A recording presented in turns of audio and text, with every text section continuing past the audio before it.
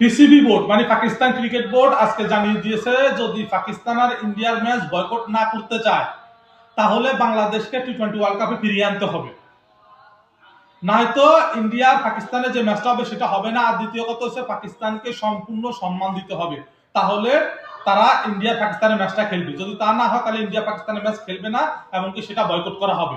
যেটা আজকে PCB board এবং বিসিবি বোর্ড থেকে আমরা সূত্রবশত জানতে পেরেছি। তবে সেটা কতটা সত্য কতটা কনফার্ম এখনো জানা যায়নি।